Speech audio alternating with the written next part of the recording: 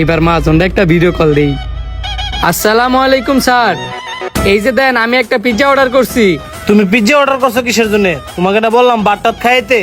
সব সময় তো স্যার ভাত এইটা খাই ওই, আজকে একটু মনের মধ্যে শখ জাগলো পিৎজা খাইবার লেগা, এই কারণে রেস্টুরেন্টে পিৎজা অর্ডার করছি। আজকা খাইছো ওই আর পিজ্জা টিজ্জা খাইও না। তুই সরিয়াদা পেট বইরা ভাত খাই লাইবা, স্বাস্থ্য ভালো থাকবো। আচ্ছা স্যার, আপনি যেহেতু কইছেন আমি আর বাইরেতে পিৎজা টিজ্জা খাইতাম না, 3 বেলা ভাতই খামু। আর শোনো, সামনে তো ঈদ, কাস্টমার অনেক আইছে, দেরি করো না, তাড়াতাড়ি আই বড়। ঠিক আছে স্যার, আমি এখনই আইতাছি। আচ্ছা রাই ছেলেটা এমনিতে ভালোই, ওরে যদি আমার প্রিমিয়াম সেলুনে রাখতে পারি আমার সেলুনের উন্নতি হইব। তো এই সামনে যেহেতু ঈদ, ওরে ভালো একটা বেতন সাথে বোনাসটাও দিয়ে দিব। আরে বেটা রে, তুই কি আমার কাঁচামাল ভাবছস? তোর কন্দা যে কি করমু তুই নিজেও জানতি না। কাগজের পিৎজার আসল পিৎজা বানায় ভিডিও কলে দেখাইলাম। কিরে তুই তোর মালিক কি করলি আর কি করলি আমি তো কিছুই বুঝতাছি না।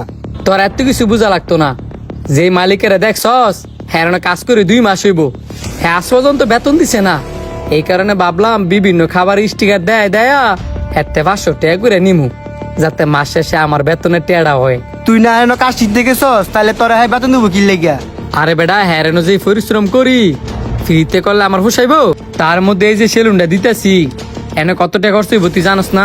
মামা তুমি কিন্তু চালাক আছো। তুই চালাকের দেখছস কি? হ্যাঁ যে কর্মচারী গুলো আছে সবগুলার আমার সেলুন হলে পারতাম না। হ্যার কর্মচারী গুলা নিলে কিন্তু হইতো না, হ্যার কাস্টমার গুলারে হাত করতে হইব। এত পাগল লইব খালি সেলুনটা দিতাম দেখ না।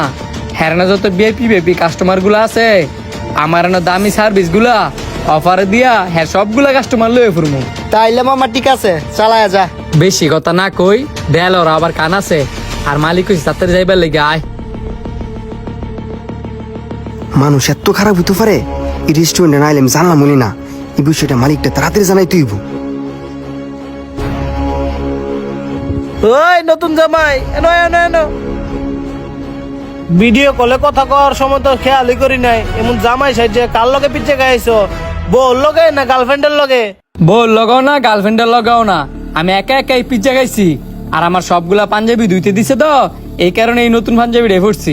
যা করছো ভালোই করছো, ভাবছিলাম এই মাসে তো তোমার বেতনটা দিমু, তোমার বেতনটা বুঝি আর পাওয়া হইলো না। কেন স্যার আমি আবার কি করছি? কি করছো এটা তুমি ভালো করেই জানো। তুমি মনে করছো আমি কিছুই জানি না? তুমি রেস্টুরেন্টে বইয়া বন্ধুর লগে প্ল্যান করবা, কাগজের পিজ্জা খাই আমার এই ভিডিও কলে দেখাও তুমি আসল পিজ্জা খাও। কি বলেন স্যার, আমি কি এর প্ল্যান করছি? আর কি এর 2 নাম্বার পিজ্জা দেখাইছি? আমি সত্যি পিজ্জা খাইছি। আমি প্রমাণ ছাড়া কথা বলি না। এই কাউসার এদিকে আসো। জি স্যার বলেন। রেস্টুরেন্টে কি ঘটনা ঘটছে ওর একটু সত্যিটা বলো। স্যার উনি ওনার বন্ধুরা নিয়ে যে রেস্টুরেন্টে গেছিল ওই রেস্টুরেন্টের পিছনে সিটে আমি বসছিলাম, উনি আমার খেয়াল করে নাই। আপনি আপনার বন্ধুরা নিয়ে বসে বসে যা প্ল্যান করছেন আমি সবই শুনছি, আর সবকিছু এসে বসরে বলছি। এখন কথা বলো না কেন? মুখে জবান নাই না? ভাবছিলাম তুমি অনেক ভালো ছেলে, তাই তোমার নিয়ে আমার স্বপ্নটা অনেক বড় ছিল। আমার নতুন যে আউটলেটটা ওইটার ম্যানেজার ভাবছিলাম তোমাকে দিমু, কিন্তু তুমি ওই স্বপ্নটা 1 নিমেষে শেষ করে দিছো। শুনো, গুরু ওই আর শিষ্যই। গুরু কোনোদিন শিষ্য হয় না, আর শিষ্য কোনোদিন গুরু হয় না। আমার 2 মাস চাকরি কইরা তুমি যদি ভাবো আমার ক্ষতি কইরা তুমি নতুন একটা প্রিমিয়াম সেলুন দিয়া লাইবা, তাহলে এটা হলো যে তোমার ভুল ধারণা। আরে ভাই তুমি ভালো কিছু করবা তো করো না, তাতে আমার তো কোনো সমস্যা নাই, কিন্তু তুমি আমার পিছনে লাগবা কিসের জন্য? কারো ক্ষতি কইরা কেউ আজ পর্যন্ত বড় হইতে পারে নাই, আর তুমিও পারবা না। এক্ষুনি আমার সেলুন থেকে বেরো যাও। কি হলো, বেরো না কেন? নাকি কাউসারে দিয়ে গাড় ধাক্কা দিয়ে বের করমু? বেরো বলছি। এই কাউসার ওর গাড় ধাক্কা দিয়ে বের করো। আরে ভাই যা তো। যাও তুমি তোমার কাজে যাও। দুষ্টু গরুর চাইতে শূন্য গোয়াল অনেক ভালো। ভিডিওটা দেখে কি বুঝলেন অবশ্যই সবাই কমেন্ট করে জানাইবেন, আর ভালো লাগলে বেশি করে শেয়ার করে দিবেন।